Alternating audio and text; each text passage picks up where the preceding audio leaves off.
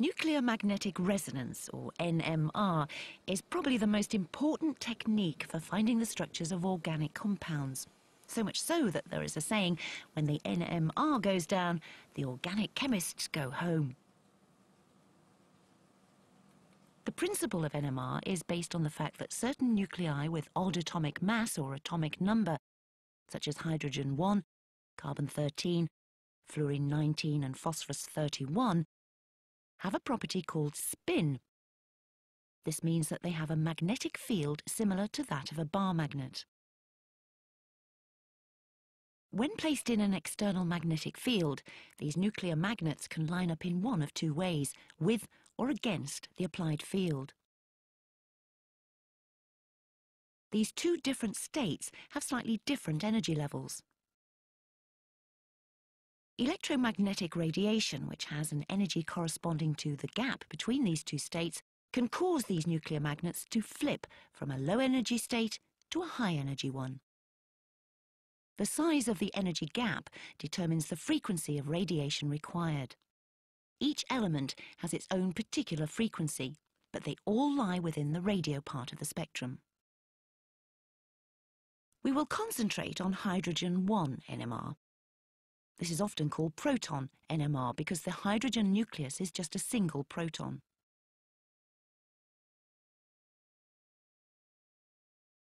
As they drop back from higher to lower energy states, the nuclei of hydrogen atoms in different positions in the molecule give out energy at slightly different frequencies, and this can tell us a lot about the structure of the molecule.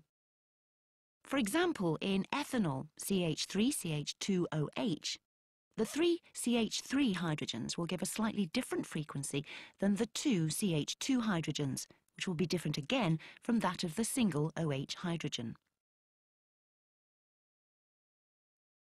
This energy is picked up by a receiver in the instrument and looks like this. A strong signal gradually dying away. This is the total signal from all of the hydrogen nuclei in the sample and is very difficult to interpret. However, a mathematical technique called a Fourier transformation can be used to separate out the signals from hydrogen atoms that are in different molecular environments and present them as a spectrum that can be interpreted by chemists. This is a typical NMR instrument. The magnet is a superconducting one and is housed inside the cylindrical metal casing. It is cooled to 4 Kelvin in a jacket of liquid helium, which in turn sits in a jacket of liquid nitrogen at 77 Kelvin. The magnet uses a current of 50 amperes, which, once started, flows continuously as the coils have zero resistance at 4 Kelvin. The sample sits in the centre of the cylinder inside this probe, which contains the coils that send and receive the radio frequency signals. The electronics which generate and interpret the radio signals are housed in the boxes to the left. Samples are placed in the machine and removed from it by the auto changer, which takes the samples in turn from the carousel. The instrument is controlled from this workstation. This spare probe shows the radio coils and where the sample sits.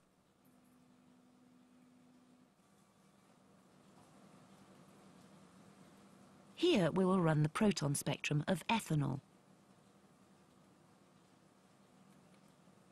A small amount is taken and dissolved in deuterated trichloromethane. This solvent is trichloromethane, in which all the hydrogen atoms have been replaced by deuterium. This is so that the signals from hydrogen atoms in the solvent will not be mixed up with those in the sample. A little tetramethylsilane, TMS, is often added as a reference. Each molecule of this has 12 hydrogen atoms, all in exactly the same environment. The signal from these is taken to be the zero of the spectrum and has the value of 0 parts per million. Inside the instrument, the sample sits on a cushion of gaseous nitrogen. This plastic spinner has vanes that turn in the flow of nitrogen and spin the sample. The spinner is placed on the tube in such a position that the sample tube will be in the centre of the magnetic field when it is in the instrument. Together, these ensure that the sample experiences a uniform magnetic field. The operator places the sample in the auto-changer and tells the computer the identity of the sample and which position in the carousel it is in.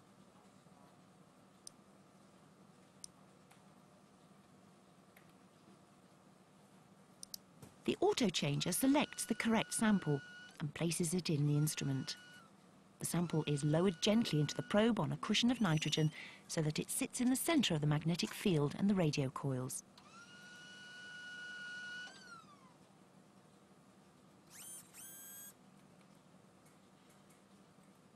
Under the control of the computer, the instrument applies several, typically 16, pulses of radio waves to the sample and collects the responses, called resonances.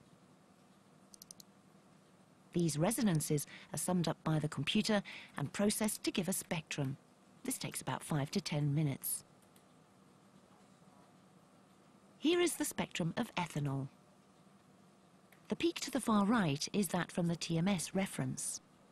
By definition, this is at 0 parts per million, ppm. The distance leftwards along the horizontal axis is called the chemical shift, and it is measured relative to the peak that is obtained from the hydrogen atoms in TMS. The chemical shift of a peak gives information about the molecular environment of the hydrogen atoms that it represents. The peak at around 1 ppm is caused by the CH3 protons. That at approximately 1.6 is the OH proton,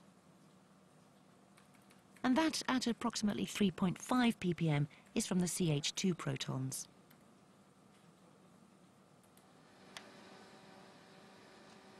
The area under each peak is proportional to the number of each type of proton. This is calculated by the computer and represented by the step height of this integration trace.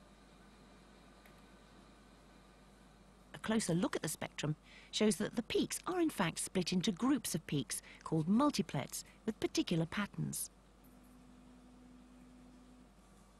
This is called spin-spin splitting. It is due to the influence of the magnetic field of adjacent protons.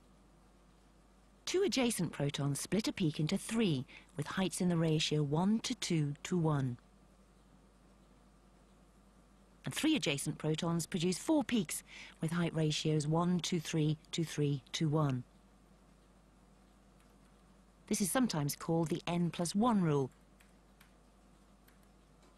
Interpreting proton NMR spectra can thus provide a great deal of information about molecular structures. The same instrument can be used for NMR of other magnetic nuclei. A useful one for organic chemists is carbon-13 NMR. All that has to be changed is the frequency of the radio signals.